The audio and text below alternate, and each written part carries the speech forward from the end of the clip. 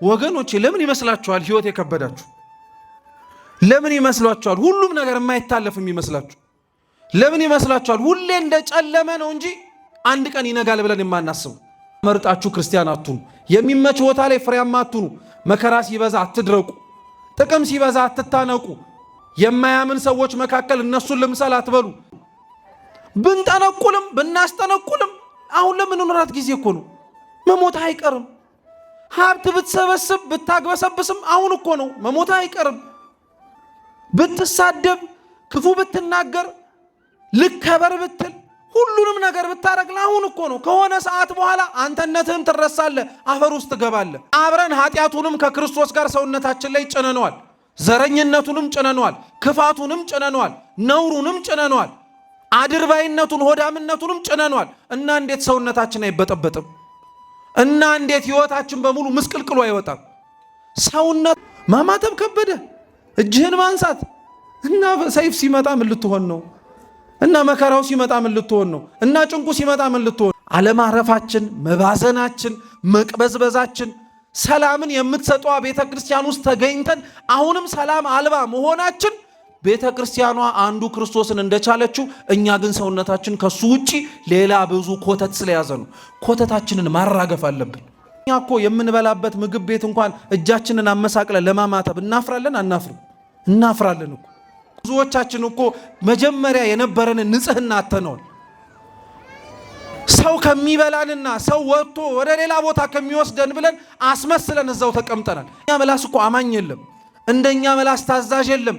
እንደኛ መላስ እግዚአብሔር እግዚአብሔር የሚል የለም። ልባችንና ሰውነታችን ግን ሌላ ያስተናገደውን ያውቀዋል። በውስጥ ጠንቅቆ ነው የሚያውቀው። ስንታይ ከላይ አለን እኮ ገለጥ ገለጥ ተደረገን ህይወታችንና ማንነታችን ሲበረበር ግን ስራችን ያልሰደደ ከእግዚአብሔር ጋር ቆንጥጠን ያላደግንን ማንኛን አይቶ ክርስቲያን መሆናችን ይታወቅ። ማንኛን ተመልክቶ መከራ እንኳን እኮ ያሸንፋቸውም ስንባል እምንፈረጥጠው እኛ ሆነን ታየን። ልትተማመኑበት የሚያስፈልገው እግዚአብሔርን። ይሄ የቆማችሁት መሬት እንኳን ይከዳል፣ ያዳልጣል፣ ይጥላል። እግዚአብሔር አይጥልም። ከሰው ጋር ለመኖር እንዴት እንኑር? እንዲህ ካላረክ አይኖር እንላለን። ካልሰረክ፣ ካላጭበረበርክ፣ ካልቀጠፍክ እንዲህ ካላረክ አይኖርም። በቃ ምን ታረጋለህ? ደግሞ እየሳቅን እኮ ነው የምንኖረው እንደ ጀብድ። የሐዋርያው ቅዱስ ማቴዎስ ወንጌል ምዕራፍ 13 ከቁጥር 1 እስከ 9 ባለ የመጽሐፍ ቅዱስ ክፍለ ምንባብ መነሻነት ትምህርታችንን የምንማር ይሆናል። ሁላችሁም ባላችሁበት አረፍ አረፍ ብላችሁ ተረጋግታችሁ ተሰሙ ታደምጡ ዘንድ አደራ ለማለት ወዳለሁ። አምላካችን ልዑል እግዚአብሔር በጉባኤያችን መሃል ተገኝቶ እንዲያስተምረን፣ እንዲመክረን፣ እንዲገስጸን የእርሱ ቅዱስ ፈቃድ ይሁንልን። የማቴዎስ ወንጌል ምዕራፍ 13 ከቁጥር 1 እስከ 9 ያለው ኃይለ ቃል እንዲህ ይላል። በዚያችም ቀን ጌታችን ኢየሱስ ከቤት ወጥቶ በባህር አጠገብ ተቀመጠ። ወደ ታንኳም ወጥቶ እስኪቀመጥ ድረስ ብዙ ሰዎች ወደ እርሱ ተሰበሰቡ። ሕዝቡም ሁሉ በወደቡ ቆመው ነበር። እንዲህም እያለም በምሳሌ ብዙ ነገራቸው። እነሆ ዘሪ ሊዘራ ወጣ። ሲዘራም በመንገድ ዳር የወደቀ ነበር። የሰማይ ወፎችም መጥተው በሉት።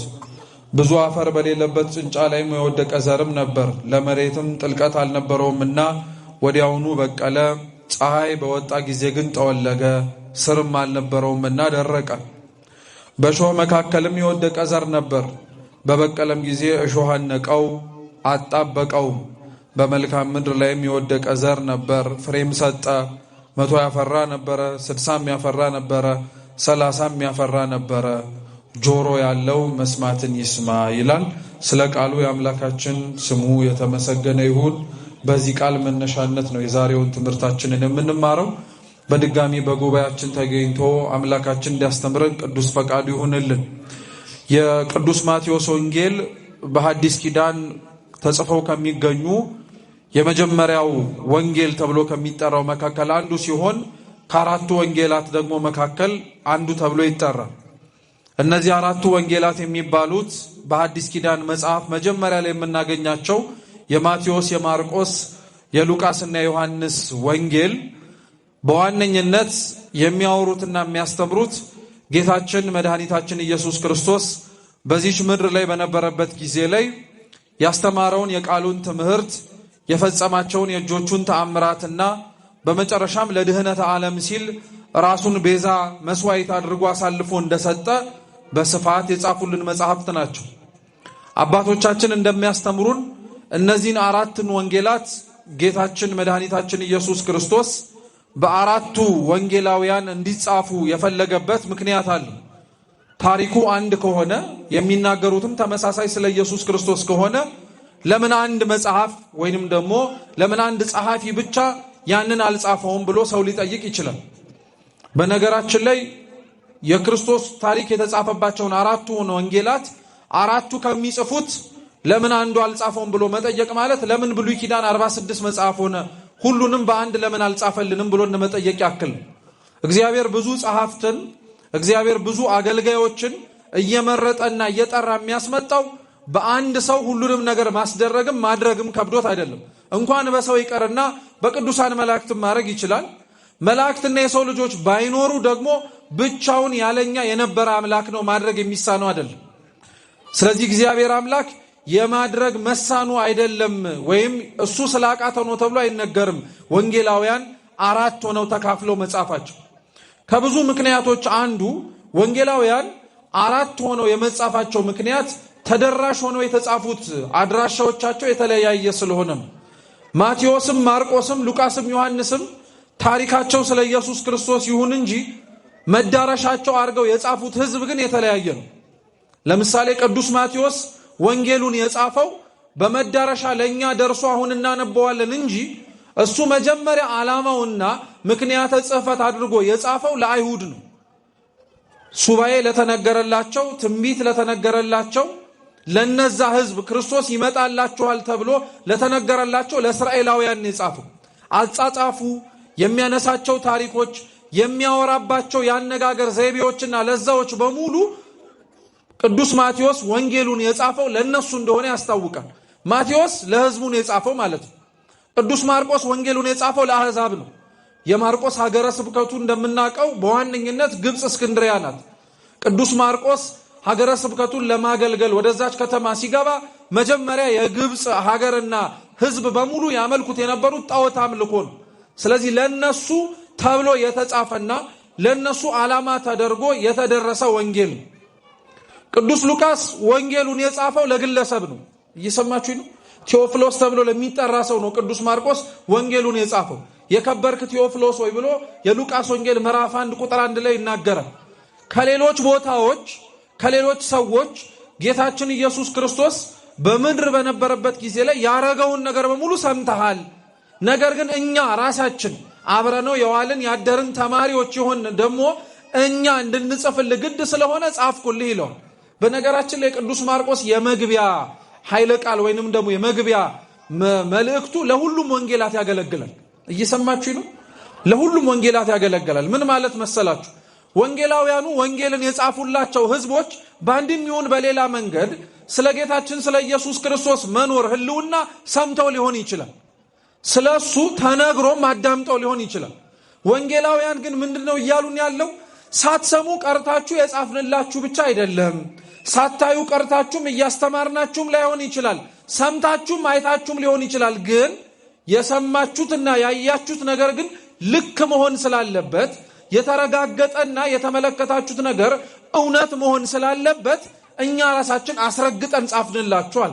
አንድ ሰው እንኳን ተነግሮትና ሰምቶት በሩቅ የሆነ ነገር በአይኑ እንኳን የራቀ ነገርን ሲመለከትና እየቀረበ ሲመጣ ያለው መረዳት በጣም የተለያየ ነው።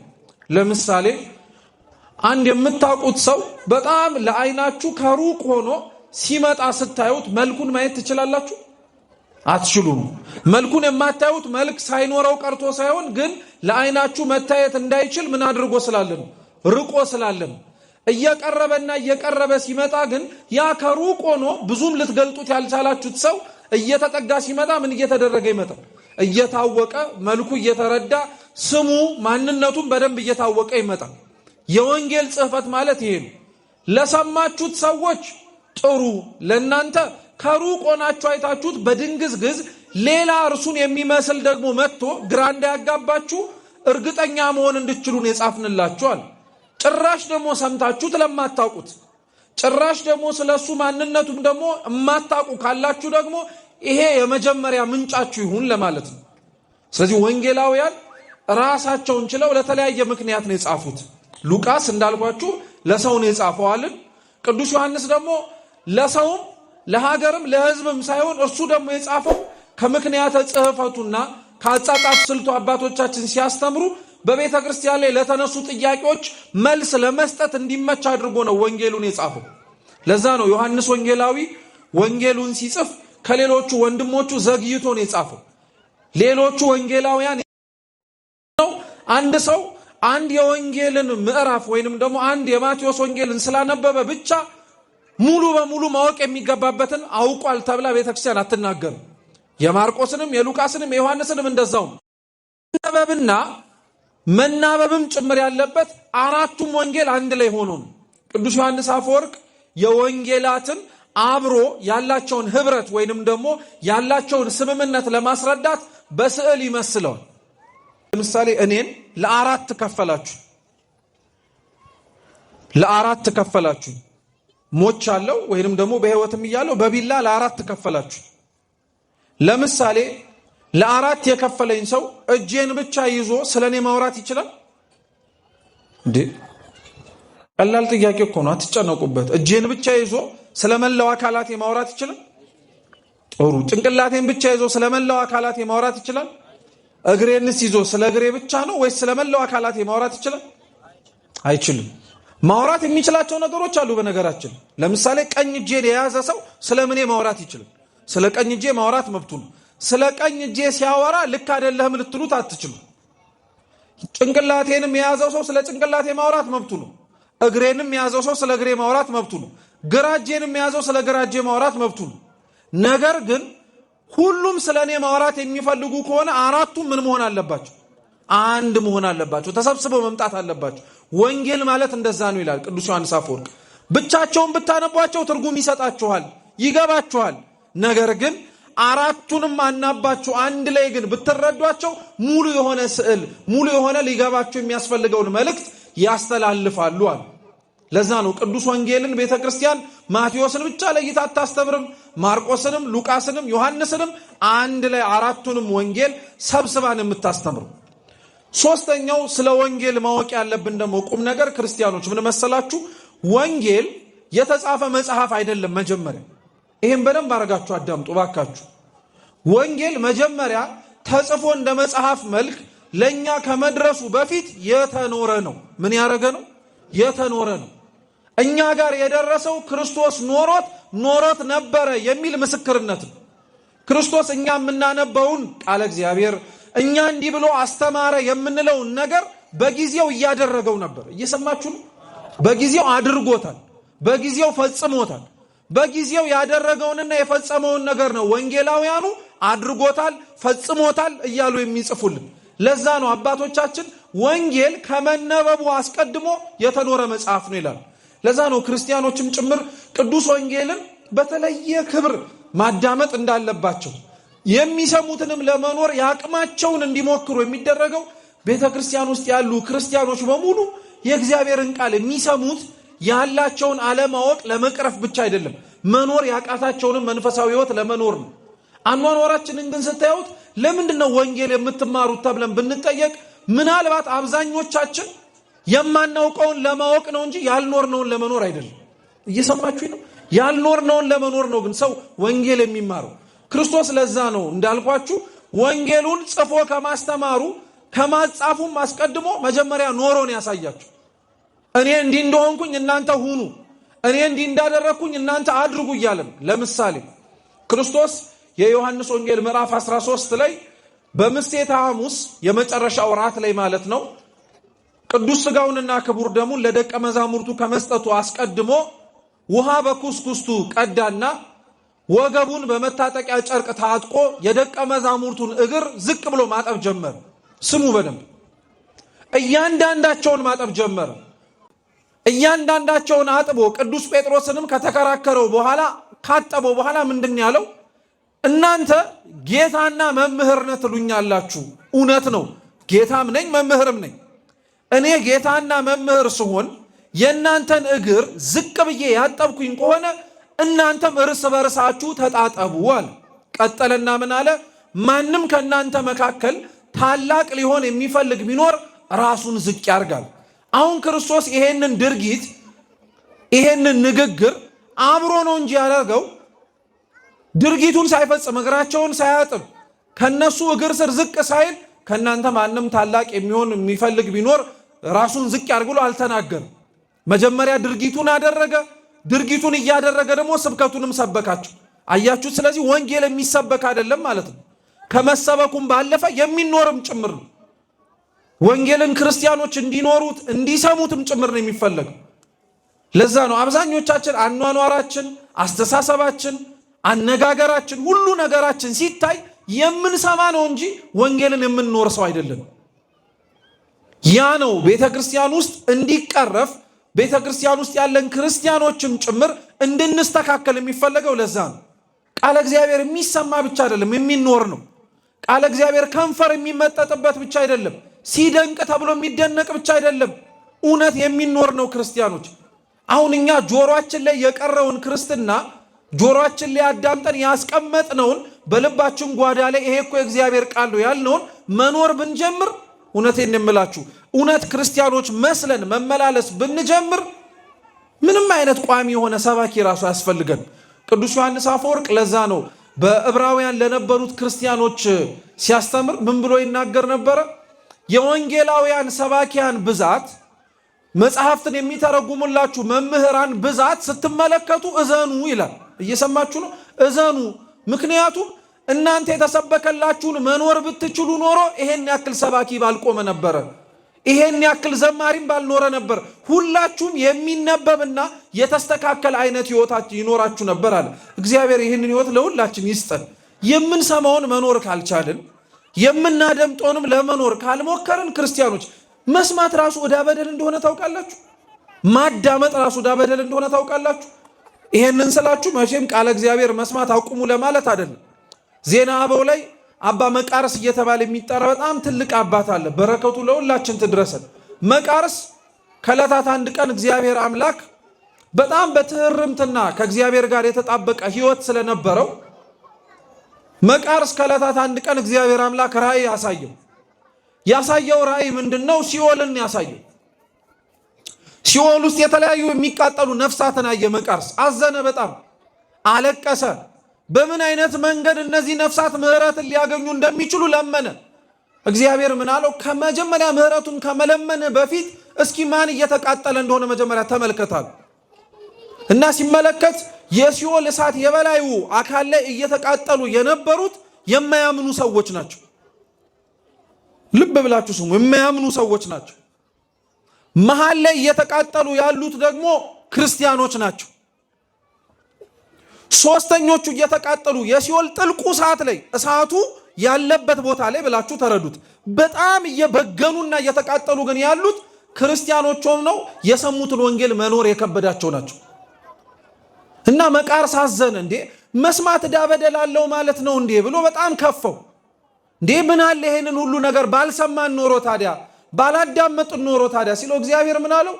ይሄንን ያሳየው የሰማኸውን ቃለ እግዚአብሔር እንደሚፈረድብህ አውቀህ ባለማድረግህም እንደምትጠየቅበት ተረድተህ እንድትኖረው ነው እንጂ ቃለ እግዚአብሔር እንዳትሰማ ፈልጌ አይደለም ማለት። አሁን ለእኛ ግን ሲኦል ውስጥ በጣም የሚቃጠል የሚመስለን ማለት እማያምኑት አይደል? በቃ ከቤተ ክርስቲያን የወጡት የካዱት እነሱ ብቻ አይደሉም። እኛ ሰምተን የሰማነውን ለመኖር የማንችል አርጉ ያለችንን ቤተ ክርስቲያን ድምጿን ሰምተን ከመዳመጣችንና ከመስማታችን የተነሳ የለመድነው ሰዎች እኛ ነን በደንብ የምንጠየቅበት። ስለዚህ ክርስቲያኖች አስተውሉ። ዛሬ ለምትማሩ ዛሬ እግዚአብሔር ምን ይለኛል ብላችሁ ስትመጡ ትላንትናስ ምን ብሎኝ ነበረ በሉ። ከትላንትና ወዲያስ ምን አስተምሮኝ ነበረ፣ ነገስ ምን ሊያስተምረኝ ይችላል ብሎ ክርስቲያን በዙሪያው እግዚአብሔር እንዴት ሊናገረው እንደፈለገ በደንብ ልብ ማለት አለበት። ለዛ ነው ክርስቶስ የሚገርማችሁ ከ30 ዓመቱ ከተጠመቀ በኋላ 40 ቀንና 40 ሌሊት ገዳመ ቆሮንቶስ ነው የቆየው። ከዛ ቆይታው በኋላ የመጀመሪያ ስራው ያደረገው ደቀ መዛሙርቱን መርጦ ማስተማር። ብዙ ነገር ማድረግ ይችል ነበር። ረጅሙን ሰዓት ክርስቶስ ሲያጠምቅ አልነበረም። ልብ ብላችሁ ስሙ። ረጅሙን ሰዓት ቁጭ ብሎ ቤተሳይዳ አላገኘ ነው። ምን ቤተሳይዳ የመጣው አንድ ጊዜ ነው፣ እርሱም መጻጉዕን ሊፈውስ ነው። ረጅሙን ሰዓት ያለውን የህይወቱን የመጨረሻዎቹን 3 ዓመታት ክርስቶስ በየቦታው እየዞረ ሲያስተምር ያየነው። አያችሁት? ለቃለ እግዚአብሔር አምላካችን ራሱ የሰጠውን ቦታ ብዙ ቦታዎች ላይ መገኘት ይችል ነበር እኮ። ሹማምንት ካሉበት ቦታ አልተቀመጠም። ባለሀብቶች ካሉበት ቦታ ላይ ተቀምጦም አልነበረም። ብዙ ቦታዎች ላይ እየዞረ ያስተምር ነበር። ሰው ግን ዛሬ በደንብ የሚገርማችሁ ለቃለ እግዚአብሔር ያለው ቦታና ለሌሎች ነገሮች ያለው ቦታ በጣም የተለያየ ነው። እግዚአብሔር ሲናገር እንዴት መስማት አይናፍቅም? ክርስቲያኖች ይሄን ድምፅ እኮ የእግዚአብሔርን ቃል በእኛ በደካማ በባሪያዎቹ አድሮ ሲያስተምር ስለሰማችሁት ነው እንጂ እኮ እሱ ራሱ አምላካችን ቆሞ ራሱ ቢያስተምር እኮ ክርስቲያኖች የምትሰሙት ድምፅ እኮ ሽባን የሚተረትር ድምፅ እኮ ነው። ክርስቶስ እኮ ተነስ ያለው እንደ ሌሎች ፈዋሾች አልጋውን ሌላውን ነገር ደግፎ አይደለም፣ በቃሉ ብቻ እኮ ነው። ቃል እግዚአብሔር በጣም ክብር አለው ክርስቲያኖች። ለዛ ነው ቤተ ክርስቲያንም ወንጌል ሲነበብ አስተውላችሁ ከሆነ ሌሎች ቀድመው ከሚነበቡት መልእክታት በተለየ መልኩ ክብሩ ከፍ እንዳለ እንድናውቀው የጌታችን የመድኃኒታችን የኢየሱስ ክርስቶስን ወንጌል ቆማችሁ ስሙ ትላለች። እስኪ ቆማችሁ ስሙ በሉ እንጂ ድገሙት። አሁንም ድገሙት። እናንተ ምን አድርጋችሁ ነው እየሰማችሁ ያላችሁት?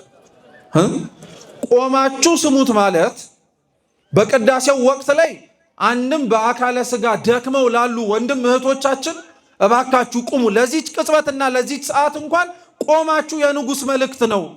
ምድራዊ ንጉሥ ጽፎት ቢሆን ኖሮ ከተቀመጣችሁበት ተነስታችሁ ወገባችሁን አደግድጋችሁ ምን አለ ብላችሁ ትሰሙ ነበር። እግዚአብሔር የነገስታት ንጉሥ ነው። የላከላችሁ ለሥጋችሁ ጥቅም ያለ ብቻ ደብዳቤ አይደለም፣ ለነፍሳችሁ ድህነትም ያለ መልእክት ነው። ቆማችሁ ስሙ ትላለች። ሁለተኛስ ቆማችሁ ስሙ የሚባሉት እኮ የተቀመጡት ብቻ አይደለም፣ ለቆሙትም ጭምር ነው። ህሊናችሁ የተበተነ ህሊናችሁ ሳይሰበሰብ የትም ቦታ ላይ የረገጠ ያለውን ህሊናችሁን አቁሙት። እዛው ያለበት ቦታ ላይ ያዙት። እየሰማችሁት ያለውን ቃለ እግዚአብሔር ቆማችሁ ስሙ ማለት ህሊናችሁን ሰብስባችሁ አዳምጡ ማለት ነው። ይሄ እኮ አዋጅ ነው ክርስቲያኖች። ሌሎቹን መልእክታት ስናነብ እኮ እንደዛ አላልንም። ለወንጌል ግን ያለውን ክብር አያችሁት? በጣም ትልቅ ቦታ ነው የሚሰጠው። ስለዚህ ክርስቶስ 3 ዓመት ሙሉ በተለያየ ቦታ ላይ እየዞረ አስተማረ። እኔ አሁን ያነበብኩላችሁ የክርስቶስ ትምህርት ማለት ካስተማራቸው የምሳሌ ትምህርቶች መካከል የመጀመሪያው ነው። በእርግጥ የማቴዎስ ወንጌል ምዕራፍ 5 ላይ የተራራው ስብከት ላይ ክርስቶስ በምሳሌ አስተምሯል። በምሳሌ እየመሰለ ተናግሯል። የሰማይ አዕዋፋትን ተመልከቱ፣ እንዲሁም የምድርንም አበቦች ተመልከቱ እያለ በምሳሌ አስተምሯል። ወጥ የሆነ ምሳሌ ያስተማረው ከነትርጉሙ ግን ለመጀመሪያ ጊዜ በዚህ ትምህርት ላይ ነው። ክርስቶስ ይሄን ያስተማረውን ትምህርት ከመረዳታችን በፊት የነበረበትን ሁኔታ እንመለከት። ምን ይላል ሲነበብ እንደሰማችሁት የማቴዎስ ወንጌል ምዕራፍ 13 ቁጥር 1 ላይ ኢየሱስም በቤት ውስጥ ነበረ ይላል። እስኪ ኢየሱስም በሉ። እማስበላችሁ ክርስቲያኖች ቤት ገብተን ላናነበው ስለምንችል ይሄን ወንጌል ሲባል ብንለው አይሻልም ወይስ ገብታችሁ ታነቡታላችሁ? ካላነበብነው እንበላ፣ ከዛ በኋላ ደግሞ ቤት ገብተን አናነበዋለን። ስላላነበብነው እንድትሸማቀቁ አይደለም፣ ግን በር ከፍተን ደግሞ አብረን ማለት ከቻልን ቤት ገብታችሁ ለማንበብ አይከብድም። እስኪ ኢየሱስም በሉ ቤት ውስጥ ነበረ። አዎ ኢየሱስ ቤት ውስጥ ነበረ። ክርስቶስ ቤት ውስጥ ነበረ ማለት የሚያስተምርበትን አቅጣጫ፣ ቦታ፣ ስፍራ ለመናገር አይደለም። ምክንያቱም ክርስቶስ የማያስተምርበት ቦታ የለም። ተራራም ላይ ያስተምራል፣ ቤት ውስጥም ያስተምራል፣ ሰርግ ቤት ያስተምራል፣ ለቅሶ ቤት ያስተምራል፣ መንገድ ላይ ያስተምራል። የማያስተምርበት ቦታ የለም። ክርስቶስ ኢየሱስ ቤት ውስጥ ነበረ የተባለው የሚያስተምርበትን ቦታና አድራሻ ብቻ የተነገረ አይደለም። ሙሉ ሐሳቡን ለመረዳት አብሮ ያለውን አረፍተ ነገር እንመልከተው። ኢየሱስም ቤት ውስጥ ነበረ፣ ብዙ ሰዎችም ከቤት ውጭ ሊያዩት ይፈልጉ ነበራል። ተመልከቱ እንግዲህ አንድ ቤት መሸከምና መያዝ የሚችለው አቅምና መጠን አለው። ከዛ በላይ ከሆነ ቤቱ መሸከም አይችልም፣ ቤቱ መያዝ አይችልም። ክርስቶስ የነበረባት ቤት በጣም ብዙ ሰው ነበር። እያንዳንዱ ሰው የመጣው ለተለያየ ዓላማ ነው። እየሰማችሁ ነው? ለተለያየ ዓላማ ነው። ክርስቶስ የነበረበት ቤት ላይ የሚገቡ ያለበት ቦታ ላይ የሚኖሩ ሁሉም ቃሉን ለመስማት እስከ መጨረሻው ለመከተል አይደለም። አንዳንዶች ክርስቶስ ያስተምርበት የነበረበት ቦታ ላይ የሚገኙት ቃሉን ለመስማት ነው፣ ሰምተውም እስከ መጨረሻው ለመከተል ነው። ሌሎች ክርስቶስ ያስተምርበት የነበረበት ቦታ ላይ የሚገኙት እንጀራ ፈልገው ነው፣ እርቧቸው ጠምቷቸው ለመጥገብ። ሌሎች ክርስቶስ የሚያስተምርበት ቦታ ላይ ይገኙ የነበሩት ተአምራት ፈልገው ነው። እርሱ ብቻ ካልሆነ በቀር ሌላ ሊፈታላቸው የሚችለው ነገር ማንም የለም። የሚችለው ነበረበት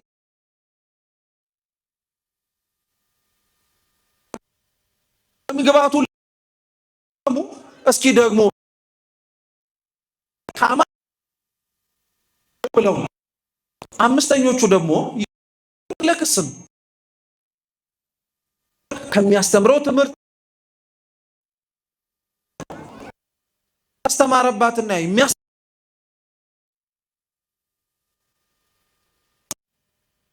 ውስጥ ዛሬም ቤተክርስቲያን ውስጥ ብዙ ሰው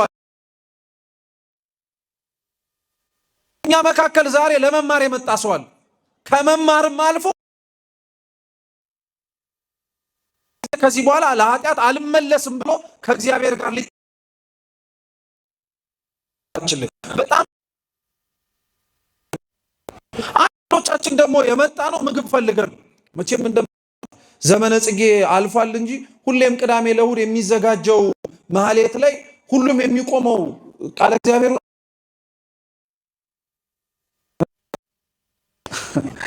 አይደለም። አታስቡ። አንዳንዶቻችን የምንቆመው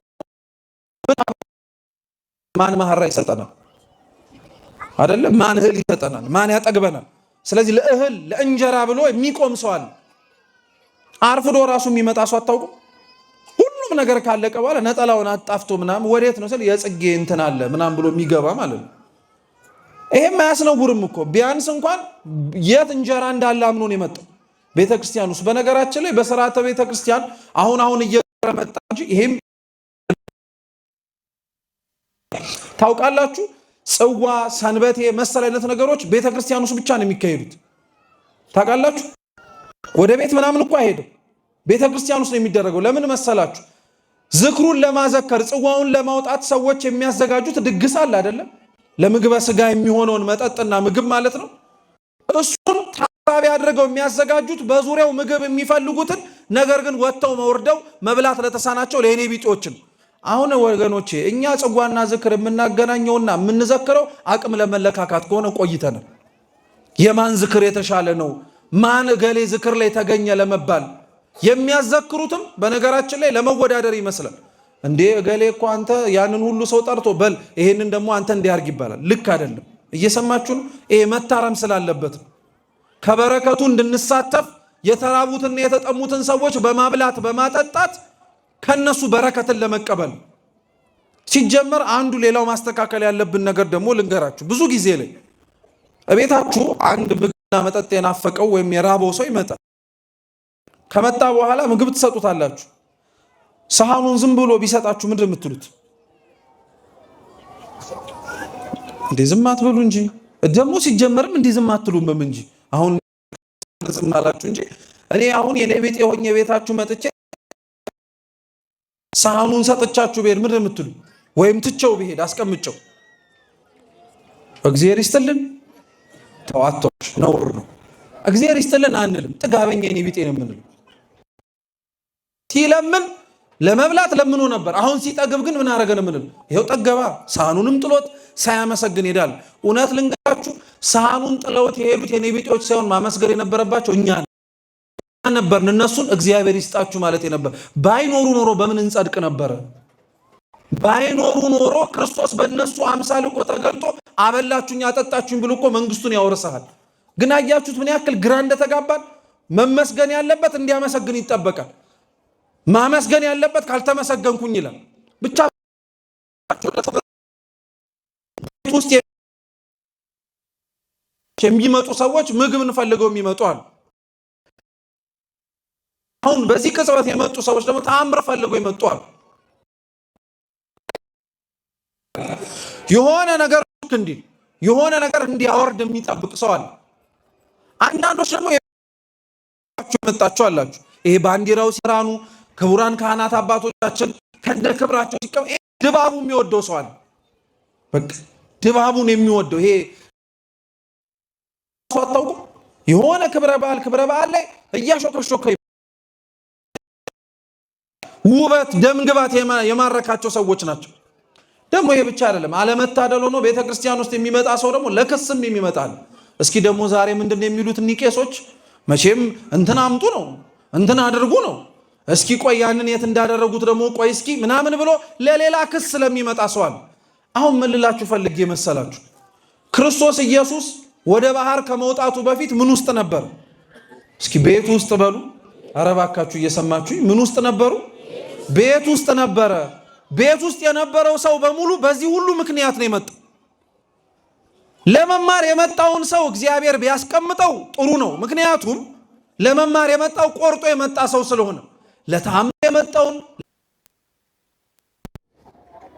እዚህ አልጣላውም፣ ጸብ አልፈጥርም፣ በሰላም ነው የምኖረው ካል ውጭም በሰላምና ያለ ጸብ ነው መኖር ያለብን።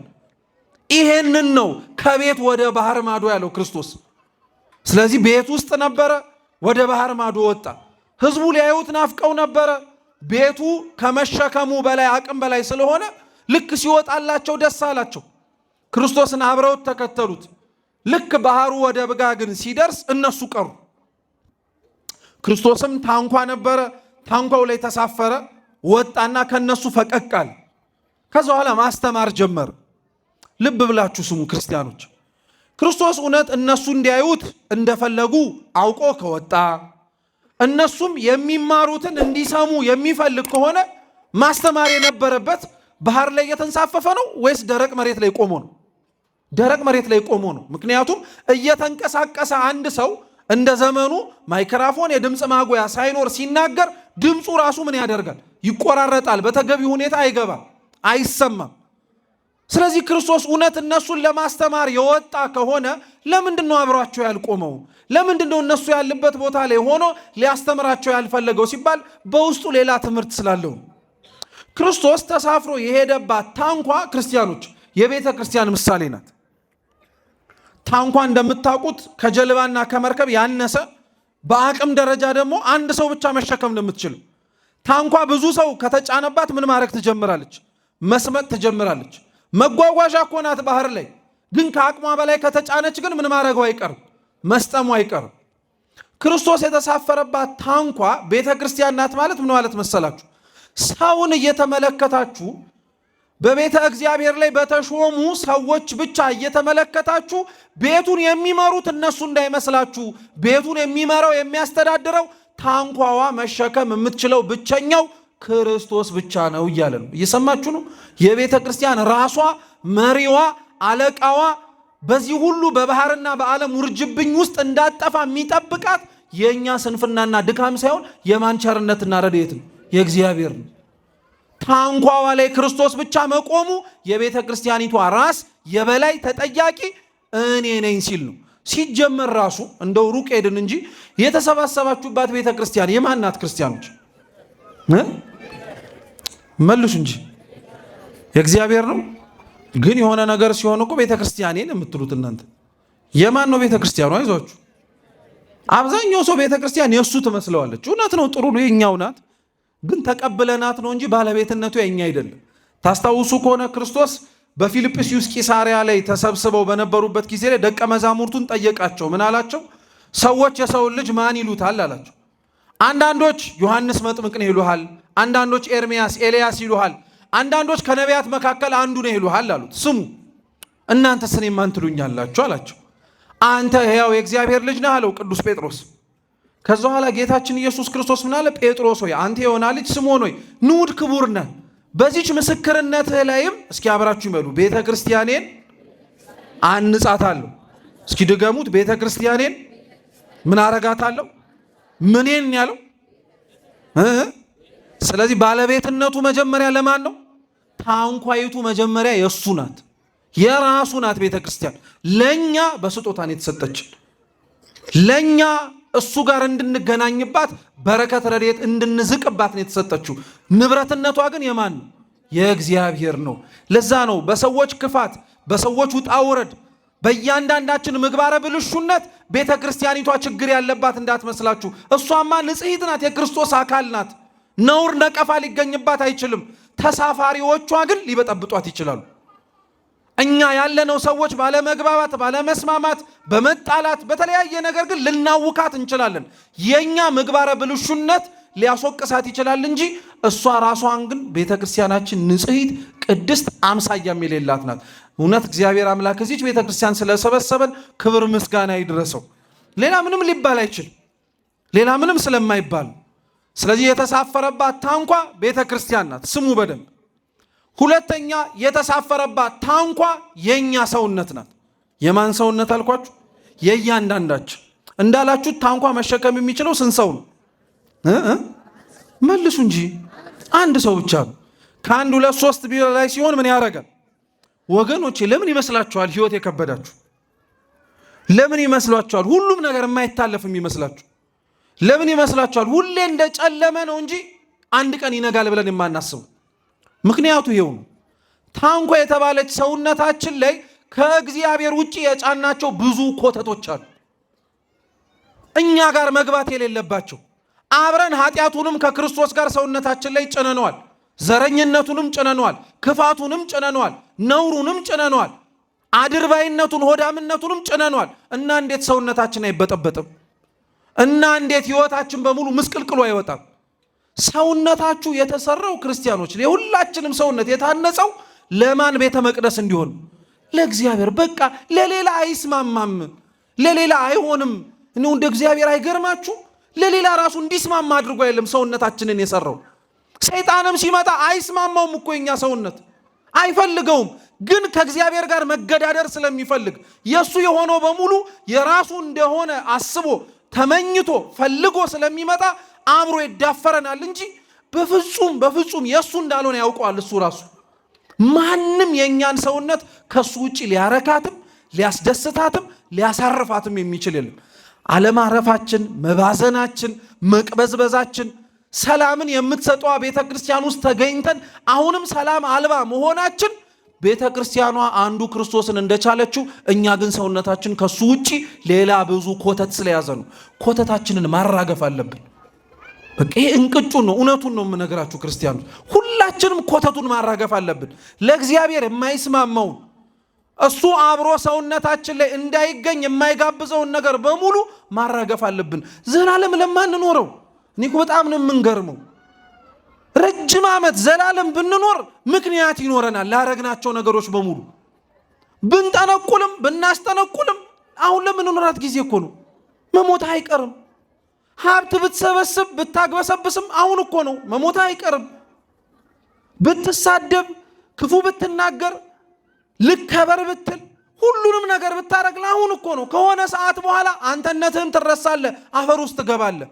ለዛ ነው ቅዱስ ዮሐንስ አፈወርቅ ምን ይላል? ልብ ብላችሁ ስሙኝ። በሞታችሁበት ቅጽበት ሰው በምን ያክል ፍጥነት እንደሚረሳችሁ ብታውቁ ሰውን ሳይሆን እግዚአብሔርን እያስደሰታችሁ ትኖሩ ነበራል። አሁን የምንኖረው ማንን ለማስደሰት ነው? እኛ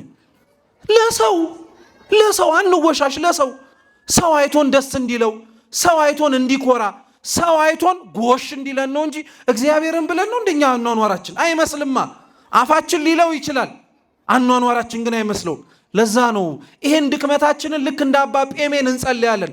አቤቱ ጌታ ሆይ እስኪ በሉ ምላስ የሚለውን ልቤም እንዲሆኑ አስለምደው። አይገርማችሁም? እንደኛ ምላስ እኮ አማኝ የለም፣ እንደኛ ምላስ ታዛዥ የለም፣ እንደኛ ምላስ እግዚአብሔር የሚል የለም። ልባችንና ሰውነታችን ግን ሌላ ያስተናገደውን ያውቀዋል። በውስጥ ጠንቅቆ ነው የሚያውቀው። ስለዚህ ክርስቶስ የተሳፈረባት ያለባት ታንኳ ማለት እኛ ነን። በቃ መሸከም የሚችለው ክርስቶስ የያዘው የተሳፈረበት ታንኳ አንድ ሰው እንደሆነ ሁሉ የኔና የናንተም ሰውነት መሸከም የሚችለው ማንም ብቻ ነው? እኛን፣ እግዚአብሔርን ብቻ። በቃ አለቅ። ሌላ ማንንም መሸከም አይችልም። እሱን መሸከም ስችሉ ነው በነገራችን ላይ ሁሉንም መሸከም እንድችሉ የሚያስችላችሁ። የእመቤታችን አካላዊ ቃልን የጸነሰችበት ጊዜ ላይ ቅዱስ ያሬድ ያመሰገናት ምስጋና ደስ ይላችኋል። እመቤታችን ንጽሕት ድንግል ማርያም ሁሉንም የቻለችው ሁሉንም የተሸከመችው ሁሉንም የሚችለውን አምላክ በማህፀኗ ስላስገባችሁ እኮ እንዴት ቻልሽው ብለን የምናደንቃት አምላክን ሰሪውን ከነሰራው ስለተሸከመች ነው። ሁሉን መሸከም ትፈልጋላችሁ? ሁሉን መቻል፣ ሁሉን ማሳለፍ፣ ሁሉም በሁሉም ቦታ ላይ ክርስቲያን መሆን ትፈልጋላችሁ? እግዚአብሔርን ተሸከሙት። በቃ እግዚአብሔር ሰውነታችሁ ላይ እንዲገባ የተመቻችሁ ሁኑለት። እንሁንለት ሁላችንም። ከዛ በኋላ ማስቻያውን ታዩታላችሁ። እግዚአብሔር ያለበት ነገር ስለማይበጠበጥ ቤተ ክርስቲያን በየዘመናቱ የሚገጥማትን ፈተና የሚገጥማትን ውጣ ውረድ የቻለችው ማንም ብቻ ስለተሸከመችው። አየ እግዚአብሔር ራሱ ያስችላል ማለት ነው። እግዚአብሔር ራሱ ብዙ ነገሮችን መሸከም እንድንችል ያዘጋጃል ማለት ነው። ስለዚህ ክርስቶስ የተሳፈረበት ታንኳ እሱ ነው። አሁንም ግን እንዳልኳችሁ ታንኳው ላይ ሆኖ ለምንድን ነው እነሱን ወደብ ዳር የሚያስተምራቸው ብለን እንጠይቃለን። እንግዲህ ታንኳውና ወደቡ ዳር የሆኑት ሕዝብ የሚለያቸው ባህር ነው እንደሆነ እንደምታውቁት። እነሱ ክርስቶስ ሲያስተምር የሚያስተምረውን ትምህርት ለመስማት ጌታ ወደ እነሱ ይቅረብ ብለን እንዳንናገር ምክንያቱን አሁን ነገርኳችሁ። ሰውነታችሁ ማንም ብቻ ይሸከም ብሎ እያስተማረ ታንኳው ላይ ቆመ። እነሱ ወደቡ ዳር የቀሩት ለምን ይመስላችኋል? ለምሳሌ እንዲረዳችሁ አንድ ታሪክ ልንገራችሁ። ጌታችን ኢየሱስ ክርስቶስ በምድር እየተመላለሰ በሚያስተምርበት ወቅት ላይ ደቀ መዛሙርቱን ከዕለታት አንድ ቀን ከሚያስተምርበት ቦታ በጀልባ ላይ ተሻግራችሁ ጠብቁኝ አላቸው። እሱ አብሯቸው አልሄድም፣ እነሱም ብቻ። እነሱም ተሳፍሮ መንሳፈፍ ጀመሩ። ከተወሰኑ ርቀት በኋላ ከ20 እና ከ30 ምዕራፍ በኋላ ማዕበል ተነሳ። ተጨነቁ፣ ተጠበቡ። ምን ያርጉት? አብሯቸው ቢሆን አንድ ነገር ነው። አሁን የለም እሱ። ስለዚህ ልንሞት ነው ብለው እየጮሁ ሳለ አንድ ሰው ባህሩ ላይ እየተራመዱ አዩ። ጨለማ ስለነበረ ፈሩ። ለምን? ጌታችን እነሱ ባህር ላይ ከመውጣታቸው በፊት አስቀድሞ አጋንንትን ማውጣትና ማባረር እንዲችሉ ስልጣን ሰጥቷቸው ነበር። እነሱ እናቴ ሜዳ ላይ የቀራቸው አጋንንት የለም። ሰው ላይ ያደረውን በሙሉ እያባረሩ ነበር። አሁን ባህር ላይ ወጥተው ታንኳ ላይ ሲገቡ ግን እየሰማችሁ ነው። ጀልባ ላይ መንሳፈፍ ጀምሩ። ከሩቅ ሲራመድ ሲያዩ አይ በቃ አለቀልናሉ። ሜዳ ላይ ያሸነፍነው ሰይጣን አሁን ባህር ላይ መጥቶ ሲጥል ያደረገን ነው ብለው ሲፈሩ ሲቸሩ ሲደነግጡ ክርስቶስ ምን አላቸው? አይዟችሁን የነኝ አትፍሩ አላቸው። አይዟችሁን የነኝ ያ የምትፈሩት ሰይጣን አይደለም እኔ ነኝ አላቸው። ከዛ ቅዱስ ጴጥሮስ ምን ቢያደርግ ጥሩ ነው? ጌታ ሆይ ወደ አንተ እንድመጣ አዘዝ አለው። አይገርማችሁ? ልምጣ እኮ ቢለው ደረቅ መሬት ላይ እኮ አይደለም፣ ምን ላይ ነው? ባህር ላይ እኮ ነው። ና ብለህ እዘዘኝ አለው። ናሻል ጴጥሮስ ከነበረበት ቦታ ላይ ወርዶ ባህሩን እየረገጠ መራመድ ጀመረ። እንደምታስታውሱት ብዙም ሳይሄድ የቆመባት ባህር እንደሆነች ማሰብ ሲጀምር መስመጥ ጀመረ። ክርስቶስም አለማመኑን የጠራውን እግዚአብሔርን ነው እንጂ የቆመባትን ባህር መመልከት እንዳልነበረበት ነገረው። እውነት ነው።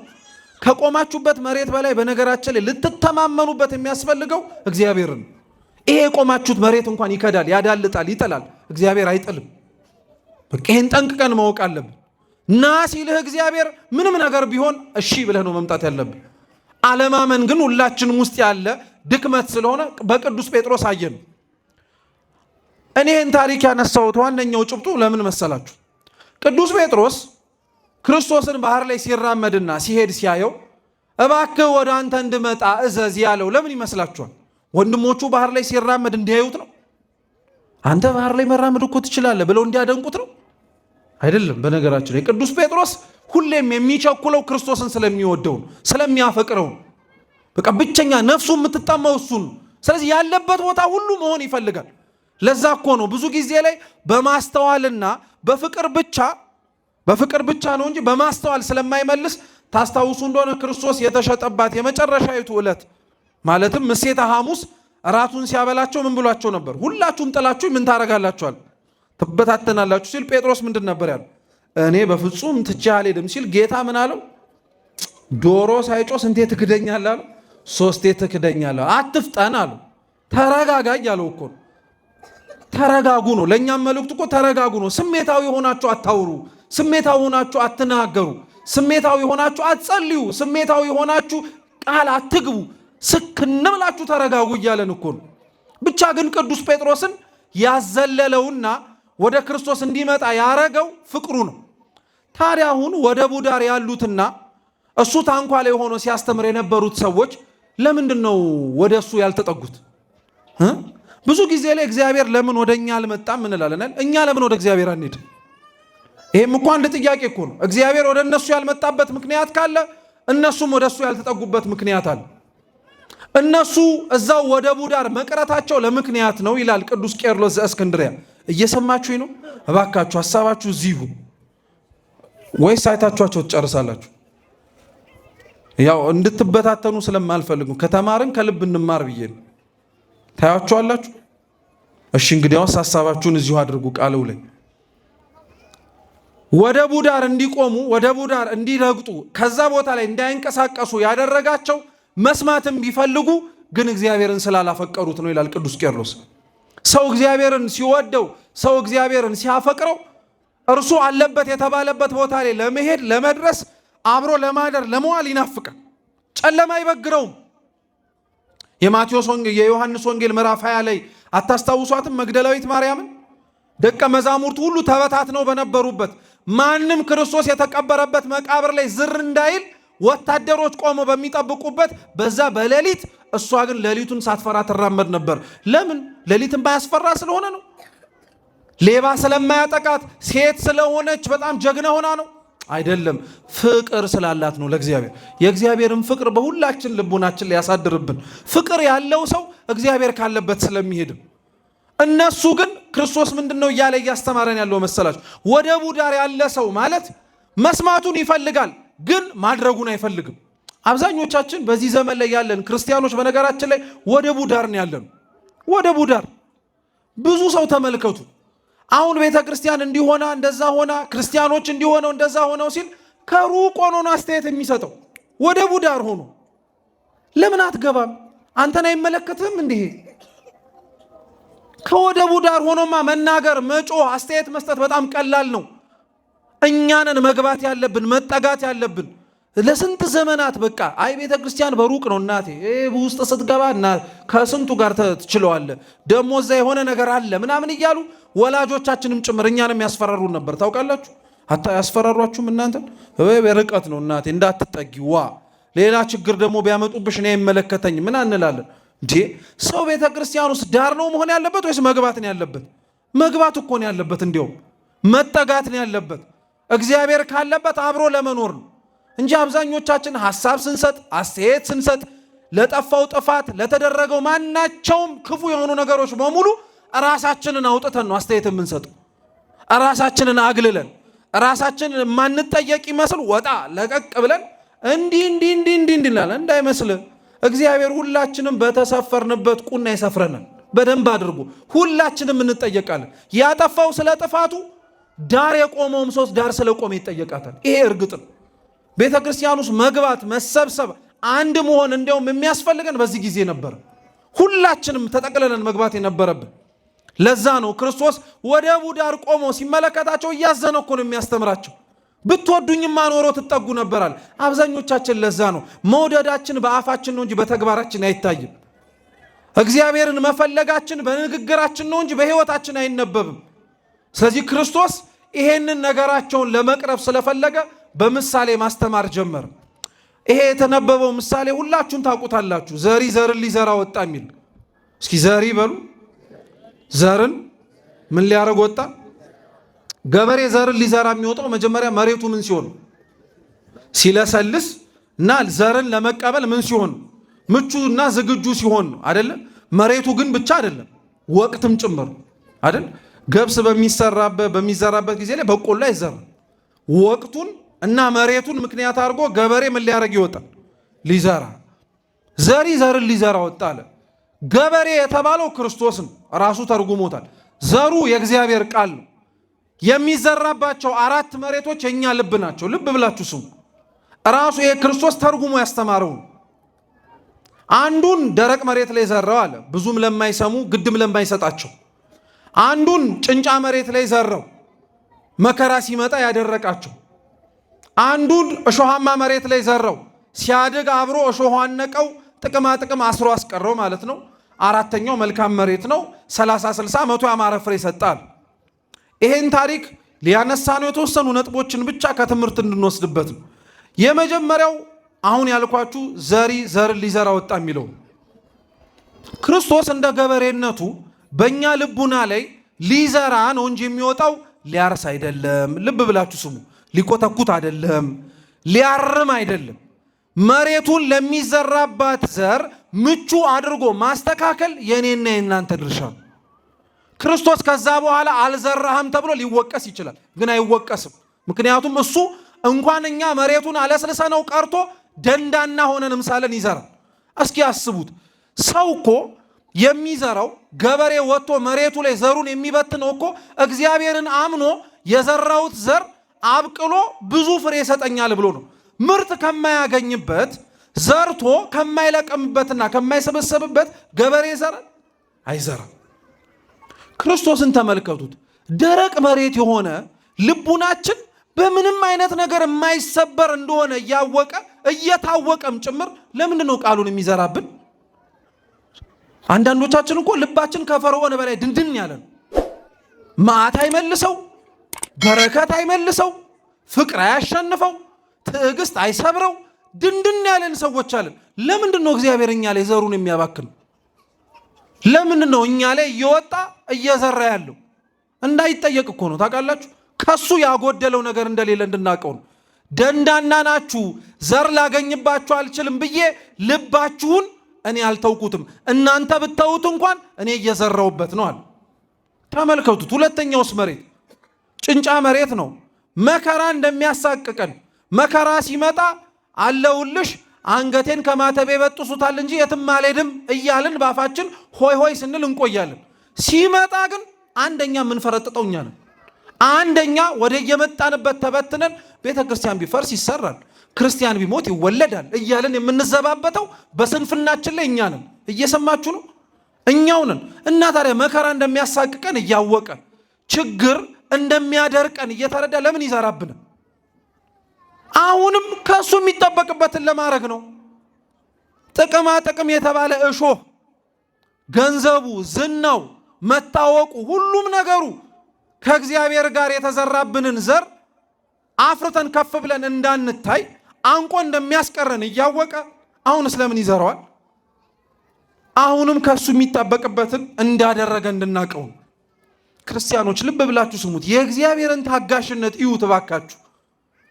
በራሳችን ላይ ተስፋ ቆርጠን ተምረን አንለወጥም፣ ሰምተን አልተስተካከልንም፣ ስንቱ ሰባኪ፣ ስንቱ ዘማሪ፣ ስንቱ የቤተ ክርስቲያን አባት አስተማረኝ እኔ ላይ ጠብ የሚል ነገር የለም እያልን እንኳን አሁንም ያስተምራል እግዚአብሔር።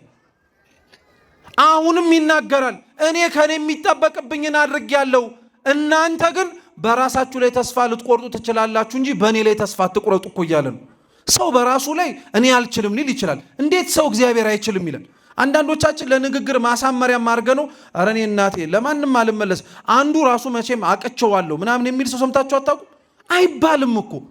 አንተ ለሰው ልታቀት ትችላለህ። አንተ ሰው ላይ ያሸንፍ ላይለውጥ ይችላል። እንዴት ለሰሪው ሸክላ ይከብደዋል? እንዴት ላበጃጀን እግዚአብሔር እኛ እናቅተዋለን? በፍጹም አናቅተውም። አሻፈረኝ እምቢ ካላልን በቀር። መሬቶቹ እነዚህ ናቸው። ሁለተኛ መሬቱ ላይ የተዘራው ዘር ነው። ልብ ብላችሁ ስሙ። መሬቱ ላይ የተዘራው ዘር ነው። ቃለ እግዚአብሔር ነው። ጠርጡለስ የሚባል በቤተ ክርስቲያን ታሪክ ላይ የነበረ አንድ ሊቅ ክርስቶስ ወጥቶ የዘራው ዘር ቃለ እግዚአብሔር ብቻ ሳይሆን ይላል፣ ክርስቶስ ወጥቶ የዘራው ዘር ክርስቲያኖችም ጭምር ናቸው ይላል። ልብ ብለህ ስማ። ዘር ሲዘራ 30 60 100 እንዲያፈራ እንደሆነ ሁሉ ክርስቲያን ተብለን በ40 በ80 ቀን የተጠመቅነው ታፍነን ቁጭ እንድንል አይደለም። መሬት ውስጥ ተቀብረን እንድንቀር አይደለም። ሁላችንም አፍርተን አብበን በእኛ መኖር ውስጥ እግዚአብሔር እንዲሰበክ ነው። ስለዚህ እግዚአብሔርን ተመልከቱት። አንዳንድ ዘሮችን ደረቅ መሬት ላይ ይዘራል። ምን መሬት ላይ? ኧረ መልሱ ባካችሁ። ደረቅ መሬት ላይ ይዘራል። ደረቅ መሬት ላይ የተዘሩ ዘሮች ለምን እንደሚዘራው መቼም እዚህ አስፋልት ላይ ዘርቸው እኔ ዘር በትነን ይበቅላል ብለን አንጠብቅም። ብንቆይ ወይ ሰው ይረግጠዋል ወይ አዕዋፈ ሰማይ መጥተው ምን ያረጉታል? ይበሉታል።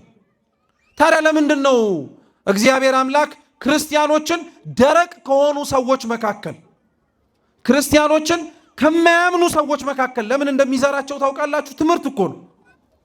ዘር ደረቅ መሬት ላይ የተዘራውትና ሰው እንዳይረግጠኝ ወፍ መጥቶ ደግሞ እንዳይበላኝ ብሎ ወደ ደረቅ መሬትነት ዘሩ ይለወጣል። የመድኃኔዓለም ያለ ኧረ እባካችሁ እና ለምንድን አትመልሱት? የምንጠይቃችሁ እኮ እንዲገባችሁ ነው ማርያምን እንጂ መኖራችሁን ለማወቅ ፈልጌ አይደለም። እኔ ትኖሩ አትኑሩ እንኳን ቀርቶ ተሰሙ አትሰሙም የሚያውቀው ማን ነው? እግዚአብሔር እኮ ነው። እኛማ ዝም ብለን የምንናገረው እንጂ ልቦናችሁን የሚያውቀው የት አሁን ምን እያረጋችሁ እንደሆነ ሰውነታችን እዚህ ሆኖ እኮ እዛ ሄደ ሊሆን ይችላልኝ። ለዛ የምንጠይቃችሁ በሉት የምንለው ለምላችሁ መኖራችሁን ለማወቅ አይደለም፣ እንዲገባችሁ ስለምፈልግ። የተዘራው ዘር ላለመረገጥና ወፍ እንዳይበላኝ ብሎ አስፋልት ይሆናል? አይሆንም። አስፋልቱስ ዘሩ ሲበላ ሲያየው አይ ከመረገጥ እኮ ቢያንስ እኮ ሆድ ውስጥ ገብቶ ጥቅም መስጠት ይሻላል ብሎ አስፋልቱ ወደ ዘርነት ይለወጣል። ዘሩም ምንድነው የሚሆነው? ዘር ነው። መንገዱም ምንድነው የሚሆነው? ምን ማለት መሰለ? የተቀመጥክበትና ያለህበት ቦታ ክርስቲያን ለመሆን ስለከበደህ ብቻ አታስመስል፣ ሆነህ አትገኝ ማለት ነው። አብዛኞቻችን ያለንበት ቦታ ልባቸው የደረቀ ስለሆነ የደረቅናለን እና እንዴት ልኑር ደግሞ እንላለን። ከሰው ጋር ለመኖር እኮ ነው። ከሰው ጋር ለመኖር እንዴት እንኑር? እንዲህ ካላረክ አይኖር እንላለን። ካልሰረክ፣ ካላጭበረበርክ፣ ካልቀጠፍክ እንዲህ ካላረክ እኮ አይኖርም። በቃ ምን ታረጋለህ? ደግሞ እየሳቅን እኮ ነው የምንኖረው እንደ ጀብድ። አየህ፣ ደረቅ መሬት ላይ ተዘርተ ዘር መሆን አቃተን ማለት ነው። በቃ መሬቱን መምሰል ፈለግን ከምንረገጥ ብለን ብዙዎቻችን እኮ መጀመሪያ የነበረንን ንጽህና አተነዋል። ሰው ከሚበላንና ሰው ወጥቶ ወደ ሌላ ቦታ ከሚወስደን ብለን አስመስለን እዛው ተቀምጠናል። ይሄ ለእኛ ተግሳጽ ነው። ክርስቲያኖችን እግዚአብሔር አምላክ የማያምኑ ሰዎች መካከል ላይ የሚያስቀምጣቸው ለእኛ ትምህርት ነው። ጸንተው እንደተገኙ ጽና እያለ ነው እግዚአብሔር። ምንም ብትረገጥ ምንም የሚመጣ ነገር ነፋስ ቢገኝብ እንኳን ዘርነትን ክርስቲያን መሆንን አትለውጥ እያለ ነው። ሁለተኛውም ተመሳሳይ ነው። ሁለተኛው መሬት ጭንጫ መሬት ነው። መዘራቱን ተዘርቷል። ሲነበብ እንደሰማችሁት አበበ፣ አፈራ። ፀሐይ ሲመታው ግን ምን አረገ? ጠወለገ፣ ደረቀ። ስሩ ብዙም ስላልሰደደ ነው አለ። በተለይ ቅዱስ ጎርጎርዮስ ደግሞ በጣም ውብ በሆነ መልኩ ይተረጉመዋል። ምን ይላል መሰላችሁ? እንደነዚህ አይነት ክርስቲያኖች ይላል፣ ልብ ብላችሁ ስሙ። እንደነዚህ አይነት ክርስቲያኖች መዘራቱን ይዘራሉ፣ ማፍራቱንም ያፈራሉ፣ መብቀሉንም ይበቅላሉ። ፀሐይ ሲወጣባቸው ግን ይደርቃሉ። ለምን? እድገታቸው በላይ የሚታይ ነው እንጂ ስር የሰደደና የቆነጠጠ ከቤተ ክርስቲያን ጋር የተሳሰረ ስላልሆነ እንዲህ አይነቱ ክርስቲያኖች አስመሳዮች ናቸው ይላል። በጣም የሚገርም እኮ ትርጉሙን አይገንቃችሁ? ስንታይ ከላይ አለን እኮ ገለጥ ገለጥ ተደረገን ህይወታችንና ማንነታችን ሲበረበር ግን ስራችን ያልሰደደ ከእግዚአብሔር ጋር ቆንጥጠን ያላደግንን ማንኛን አይቶ ክርስቲያን መሆናችን ይታወቅ? ማንኛን ተመልክቶ መከራ እንኳን እኮ ያሸንፋቸውም ስንባል እምንፈረጥጠው እኛ ሆነን ታየን። ይሄ ልክ አይደለም። አያችሁት? መጀመሪያውኑ ለፀሐይ እድገት ለእጽዋት እድገት እኮ ፀሐይ ያስፈልጋል። የሚጠቅመን መከራ ለምን እኛን ያሳቅቀናል ብለን እኮ መጠየቅ አለብን። የሚያሳድገን መከራ ለምን አንገታችንን ያስደፋናል? ስር ሰደን አላደግንም። መማር ሲገባን አልተማርንም። ንስሐ መግባት ሲገባን አልገባንም። ቅዱስ ቁርባን መቀበል ሲገባን አልተቀበልንም። በትህትና በፍቅር መመላለስ ሲገባን አላረግንም። እላይ ላዩን ክርስቲያን መሰልን፣ ውስጣችንን ግን ተመርዘን ውስጣችንን ግን ደርቀን አልቀናል። ያን ማለት ነው ይላል። እንደነዚህ አይነት ሰዎች መካከል ታዲያ ለምንድን ነው እግዚአብሔር አምላክ ዘር የሚዘራው? ክርስቲያኖችን በመከራ ተሳቀን የምንፈራ የምንርቅ እንዳለን ሁሉ ከመከራ ውስጥ ደግሞ የሚወለዱ ክርስቲያኖች አሉ። የሚያብቡ የሚያፈሩ የማይሳቀቁ ስለ ሃይማኖታቸውና ስለ እምነታቸው መኖርን ያላፈሩ። እኛ እኮ የምንበላበት ምግብ ቤት እንኳን እጃችንን አመሳቅለን ለማማተብ እናፍራለን? አናፍርም? እናፍራለን እኮ። እምነት በልብ ነው እንላለን። ምግብ ቤት ስንገባ እምነት በልብ ነው። አይተው ተው ዝም ብለህ በስመ አብ ብለህ ብላ ባፍ። ለምን ማማተብ ከበደ? እጅህን ማንሳት እና ሰይፍ ሲመጣ ምን ልትሆን ነው? እና መከራው ሲመጣ ምን ልትሆን ነው? እና ጭንቁ ሲመጣ ምን ልትሆን ነው? አያችሁ ክርስቲያኖች፣ በጥቂት አልታመንም። ሁላችንም በትንሽ ነገር እግዚአብሔር እያየን ቆመን ለመገኘታችን አልተማመነብንም። እውነት እግዚአብሔር ሁላችንን የሚተማመንባቸው ሰዎች ያድርገን። ቅዱሳኑን ተማምኖባቸዋል። ጊዮርጊስን 70 ሰዎች መካከል አላውያን ነገስታት ፊት ሲቆም እንዴት እንደሚተማመንበት እኮ እግዚአብሔር ምንም ነገር እንደማይሆን ያውቃል። አንድ ነገር እንደማይበግረው 70 ሰው ለአንድ ይታገላል። አንድ ብቻውን ሆኖ እኮ ነው 70 ሰው የሚታገለው። 70ዎቹ አንዱ ጊዮርጊስን ማሸነፍ አቃታቸው። አብሮት የተሰለፈው እግዚአብሔር ነው። እኛ 60 እና 70 ሚሊዮን ሆነን ሰው ለምን ናቀን? ለምን ተሰሚነታችን ጠፋ?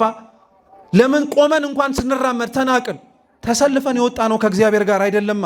አስመሳዮችና ብዛታችንን አይተን ጥራታችን ላይ ትኩረት አላረግንማ። እውነቱ ይሄ ነው።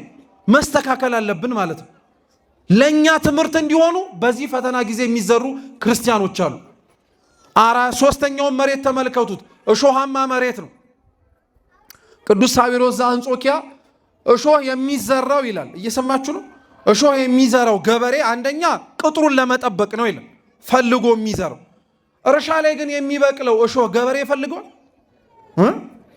ሲጀመር ፈልጎም አይዘራውም ማለት አረምም ፈልጎ አይዘራውም። ሳያስፈልግ ግን ምን ያደርጋል? ይበቅላል። ምንድን ነው ያለው አማራጭ? ሳያድግ ቶሎ ብሎ ምን ማድረግ ነው? መንቀል። ሌላ ምንም አማራጭ የለውም።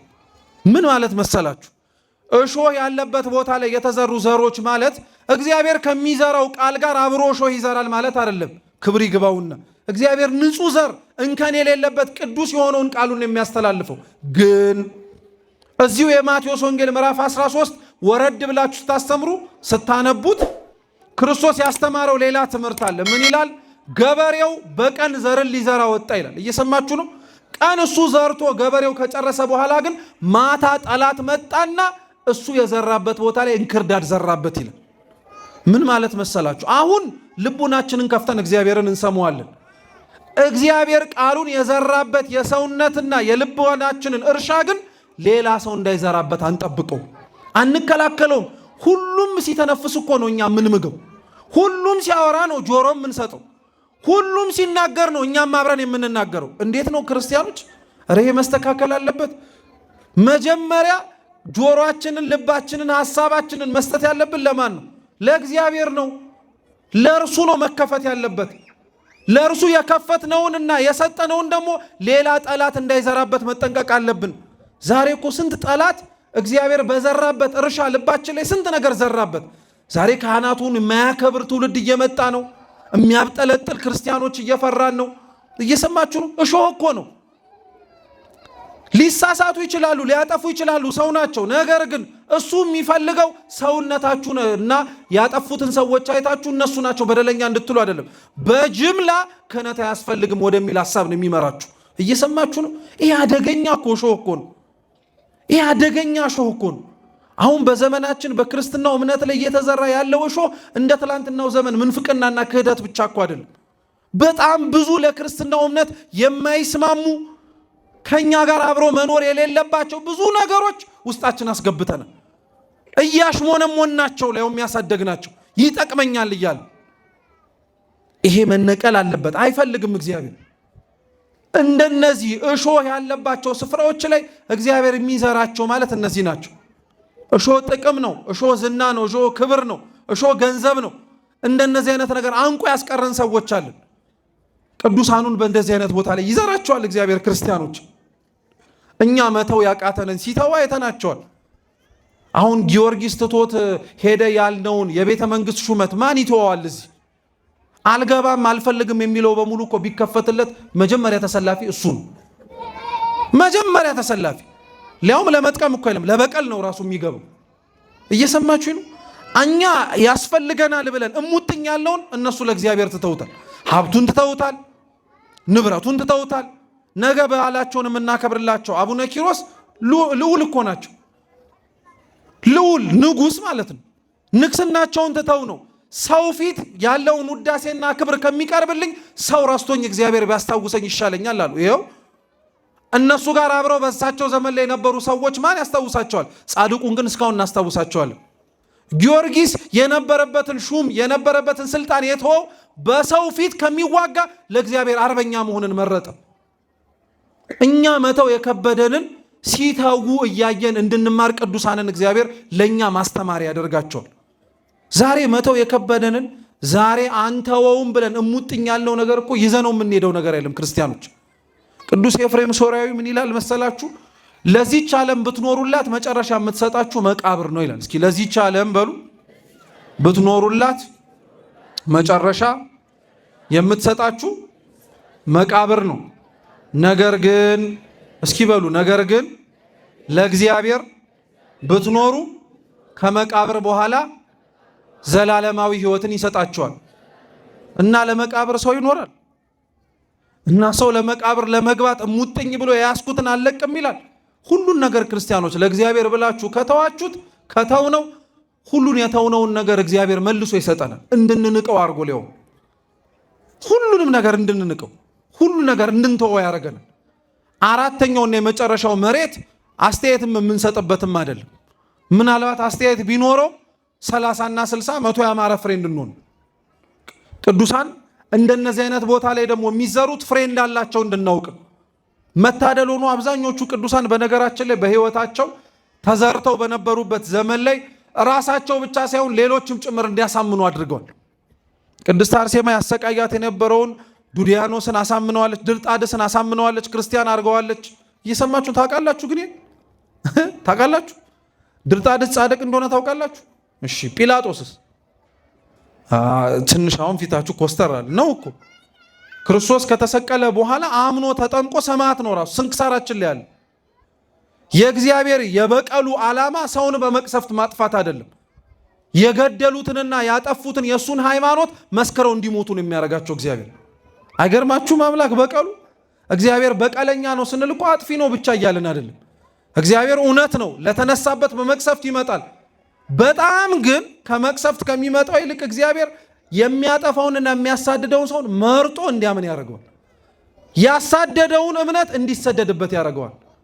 የገረፋቸውን ሰዎች እንዲገረፍ ያደርገዋል። ራሱ የሞቱለትን እምነት እነሱን መልሰው እንዲሞቱ ያደርጋቸዋል። ይሄ አይነቱ በቀል የማን ብቻ ነው? የእግዚአብሔር ብቻ ነው። ስለዚህ ፍሬያማ ማለት ነው። በመጨረሻ እንድታቁልኝ የምፈልገው ነጥብ ደግሞ ምን መሰላችሁ? መሬቱ ይለያይ እንጂ እግዚአብሔር የዘራው ዘር አይለያይም። እስኪ መሬቱ በሉ ይለያይ እንጂ ዘሩ ግን አንድ ነው። ምን ማለት መሰላችሁ? የተለያየ ቦታ ሁኑ፣ የተለያየ ቦታ ኑሩ፣ በተለያየ ስራ መስክ ተሰማሩ፣ በፈለጋችሁበት ሰዓትም መምጣት በሚገባችሁም የቤተ ክርስቲያንም ሰዓትም ኑ። በሁሉም ቦታ ብቻ ግን ክርስቲያኑ ኑ ማለት ነው። ቦታ መርጣችሁ ክርስቲያን አትኑ። የሚመች ቦታ ላይ ፍሬያማ አትኑ። መከራ ሲበዛ አትድረቁ። ጥቅም ሲበዛ አትታነቁ። የማያምን ሰዎች መካከል እነሱን ልምሰል አትበሉ። ዘሬ በሁሉም ቦታ ላይ አንድ እንደሆነ ሁሉ እናንተም የእኔ ክርስቲያን የተባላችሁ የክርስቶስ ዘሮች ናችሁና በሁሉም ቦታ ክርስቲያኑ ኑ ማለት ነው። እግዚአብሔር በሁሉ ቦታ ክርስቲያን መሆንንና መኖርን ያድለን። የሰማነውን በልቦናችን ሰሌዳ ይጻፍልን። ከምንም በላይ ሰምተን ለመኖር ያብቃን አምላካችን። በጎደለው በነጠበው በክቡር አባታችን በሊቃውንቱ የሚታረም ይሁን። ወስብሐት ለእግዚአብሔር።